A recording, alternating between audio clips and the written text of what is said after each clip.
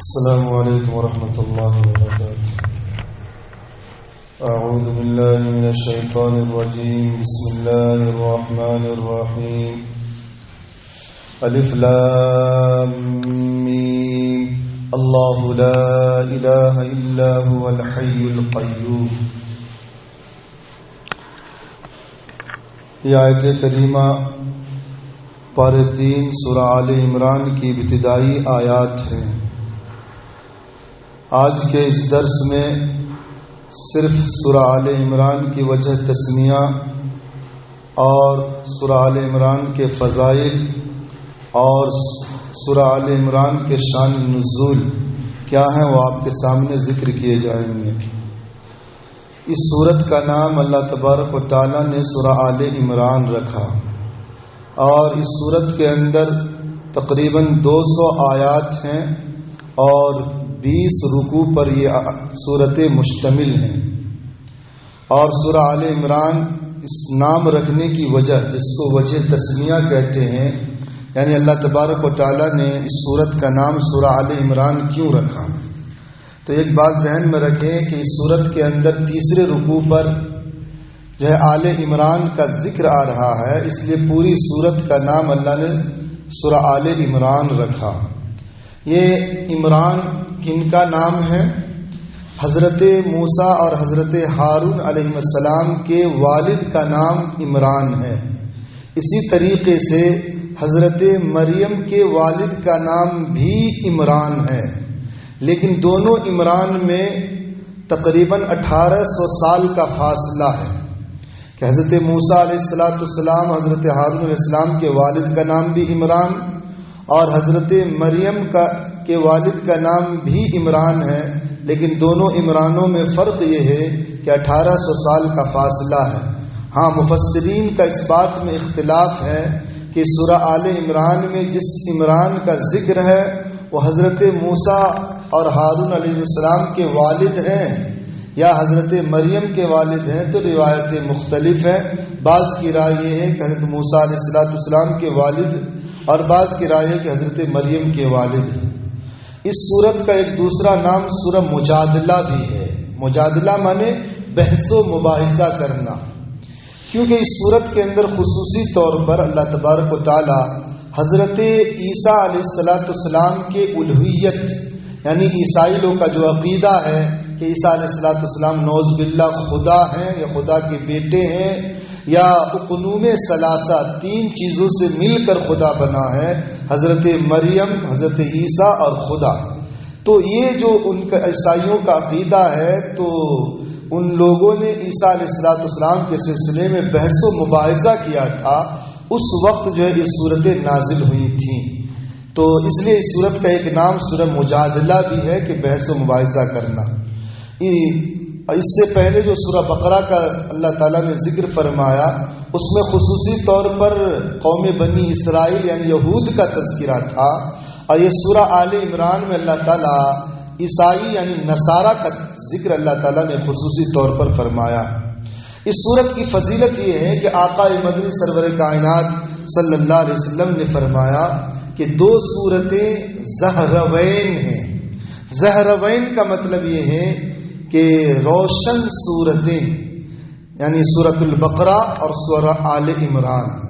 ایسے تو قرآن مجید کی ہر سورت جو ہے روشن ہے، لیکن اللہ کے نبی صلی اللہ علیہ وسلم نے خصوصی طور پر سورہ بقرہ اور سورہ آل عمران کو روشن صورت قرار دیا، اس معنی کر کہ دونوں جو ہے ایک دوسرے کے مشابہ ہیں. تیسری بات یہ ہے کہ اس سورت کا شان نزول کیا ہے، یعنی بیک گراؤنڈ، کس واقعے کے ضمن میں اللہ تعالیٰ نے سورت کا نزول فرمایا.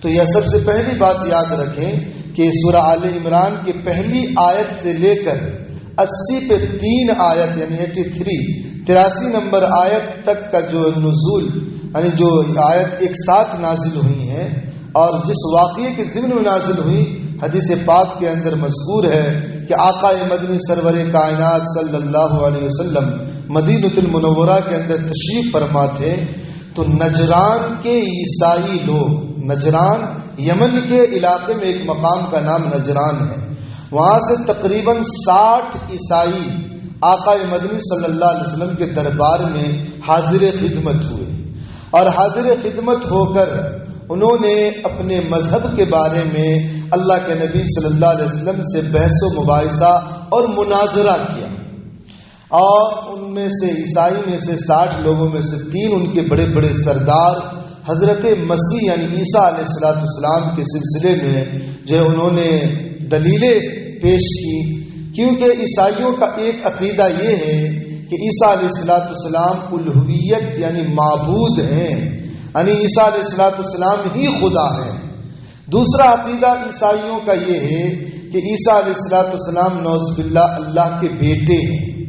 تیسرا عقیدہ عیسائیوں کا یہ ہے کہ عیسیٰ علیہ السلام جو ہے 3 خداؤں میں سے ایک ہیں، یعنی ایک حضرت مریم، حضرت عیسیٰ علیہ السلام اور خدا، یہ 3 مل کر خدا بنا، یہ عیسائیوں کا جو عقیدہ ہے۔ تو انہوں نے اللہ کے نبی صلی اللہ علیہ وسلم کے دربار میں سب سے پہلا مدعا یہ پیش کیا کہ عیسیٰ علیہ السلام معبود ہیں، اور اس مدعا پر انہوں نے دلیل یہ دی کہ عیسیٰ علیہ السلام مردوں کو زندہ کر دیتے ہیں، بیماروں کو شفا دے دیتے ہیں، غیب کی باتیں بتا دیتے ہیں، اور مٹی کی مورتیں بنا کر اس میں پھونک مارتے ہیں تو پرندہ بن کر اڑ جاتا ہے۔ حالانکہ اللہ تعالیٰ نے عیسیٰ علیہ السلام کو یہ معجزہ دیا تھا، لیکن وہ لوگ عیسائی لوگ یہ سمجھنے لگے تو خدا ہے، کیونکہ یہ صفت جس کے اندر پائی جائے وہ خدا ہونے کی صفت ہے۔ تو انہوں نے پہلا مدعا یہ پیش کیا کہ عیسیٰ علیہ السلام خدا ہے، اس پر دلیلیں یہ دی کہ مردوں کو زندہ کرنا، بیماروں کو شفا دینا، اور غیب کی باتیں بتا دینا، مٹی کی مورتیں بنا کر اس میں پھونک مارنا اور اڑ جانا، تو یہ عیسیٰ علیہ السلام کے خدا ہونے پر دلیل ہے۔ یہ پہلی دلیل انہوں نے خدا ہونے پر دی۔ دوسری بات ان عیسائیوں کا ایک سردار نے کہا کہ عیسیٰ علیہ السلام جو ہے نعوذ باللہ اللہ کے بیٹے ہیں، یہ مدعا انہوں نے پیش کیا۔ اس پر دلیل یہ تھی کہ عیسیٰ علیہ السلام بغیر باپ کے پیدا ہوئے، تو پتہ یہ چلا کہ نعوذ باللہ یہ خدا کے بیٹے ہیں۔ دوسری دلیل انہوں نے یہ دی کہ عیسیٰ علیہ السلام وہ بچے ہیں کہ ماں کے پیدا ہوتے ہی ماں کے گود میں انہوں نے گفتگو کی، بات چیت کی، اور یہ خدا کے بیٹے ہونے کی دلیل ہے۔ انہوں نے دوسری دلیل یعنی جو انہوں نے کہا کہ عیسیٰ علیہ السلام اللہ کے بیٹے ہیں، اس پر انہوں نے یہ دلیلیں دی۔ تیسری بات انہوں نے یہ کہا کہ عیسیٰ علیہ السلام جو ہے 3 خداؤں میں سے ایک خدا ہے، جس کو اصطلاح میں کہتے ہیں اقنوم ثلاثہ، یعنی عیسیٰ، مریم اور اللہ تعالیٰ 3 مل کر خدا بنا ہے۔ انہوں نے مدعا پیش کیا۔ اس پر دلیل کیا ان کی تھی؟ عیسائیوں کو کنفیوز کیا ہوا کہ اللہ تعالیٰ نے جہاں بھی قرآن مجید کے اندر یا دوسرے مقامات پر جو بھی باتیں فرمائی ہیں، کہ جیسے اللہ نے فرمایا کہ روزی دینے کے متعلق اللہ نے کہا ہم نے روزی دیا، یعنی جمع کا صیغہ، ایک ہوتا واحد، جیسے انگریزی میں آپ کہتے ہیں گرل مانے لڑکی، گرلس مانے لڑکیاں، تو یہ گرلس جو ہے جمع کا صیغہ ہوتا ہے۔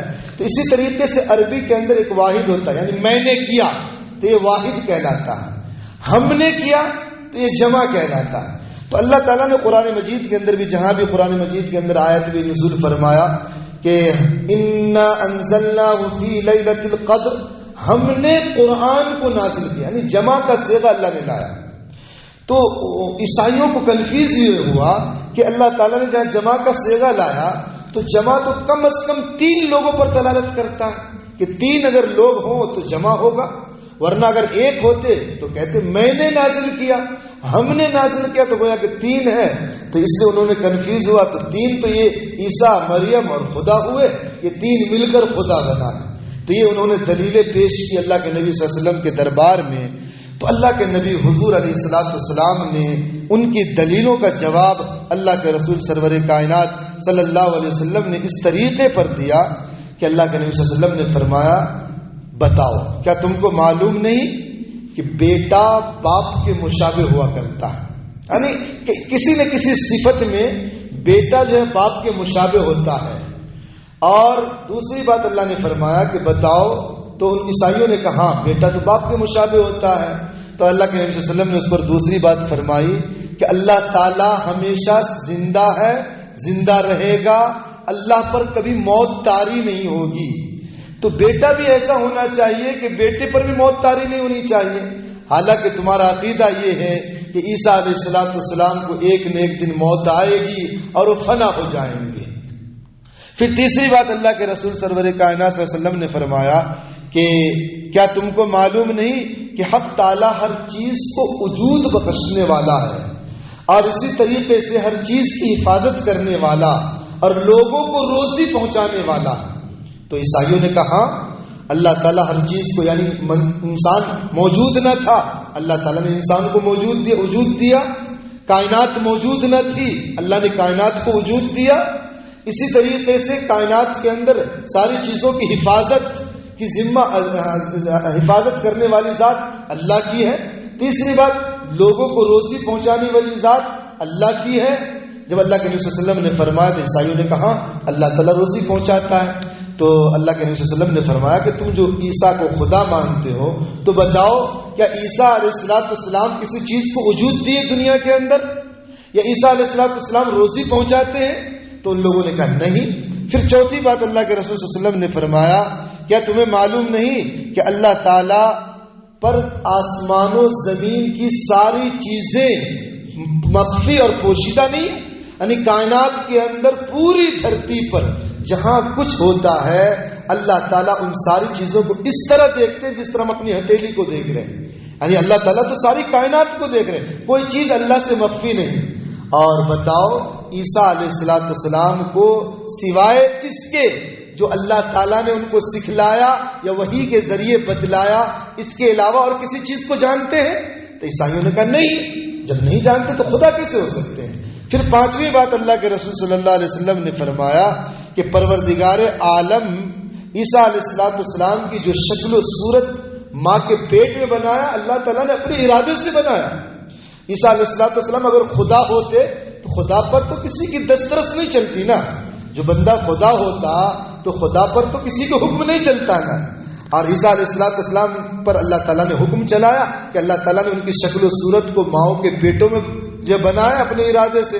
انہوں عیسائیوں نے کہا ہاں ایسا ہے. پھر چھٹی بات اللہ کے رسول صلی اللہ علیہ وسلم نے فرمایا کہ جس طرح عام عورتیں اپنے بچوں کو پیٹوں میں پرورش دیتی ہیں اور چند ماہ کے بعد اس کی ولادت ہوتی ہے، عیسیٰ علیہ السلام بھی تو عام بچوں کی طرح ماؤں کے پیٹوں میں پرورش پائے. پھر ایک مدت کے بعد عام عورتوں کی طرح حضرت مریم کی بھی ولادتیں ہوئی اور عیسیٰ علیہ السلام کا وجود ہوا.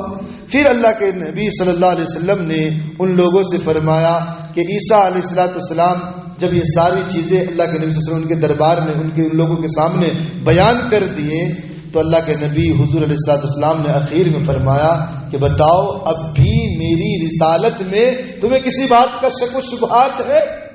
اب ان لوگوں کو جواب تو نہیں بن پڑا، اب کیا ہوگا؟ تو سارے کے سارے لوگ خاموش ہو گئے. تو اللہ کے رسول صلی اللہ علیہ وسلم نے فرمایا اگر تمہیں شبہ ہے کہ میں رسول نہیں ہوں تو آؤ میدانوں کے اندر اپنے اولادوں کو لے کر آ جاؤ اور مباہلہ کرو. یعنی اللہ کے دربار میں جو ہے یہ کہو کہ اے اللہ اگر ہم جھوٹے ہیں تو ہم پر اللہ کی مار ہو. جب اللہ کے رسول صلی اللہ علیہ وسلم نے مباہلے کے لیے یہ دعوت دی، ان کو پیشکش کی، تو سارے عیسائی خاموش ہو گئے اور کہنے لگے ہم مشورہ کریں گے.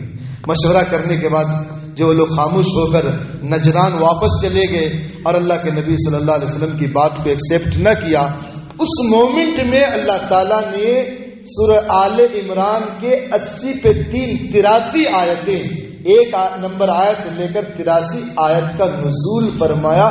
اس واقعے کے ضمن میں اللہ نے اس سورت کا نزول فرمایا، یعنی 80 پہ 3 آیتیں نازل ہوئی. اس کی تفصیلات انشاءاللہ جو ہے سورہ آل عمران کی جو شروعات ہوں گی آیات کے طریقے سے جو اس کی تفسیر آپ کے سامنے آئیں گی انشاءاللہ آئندہ درس میں.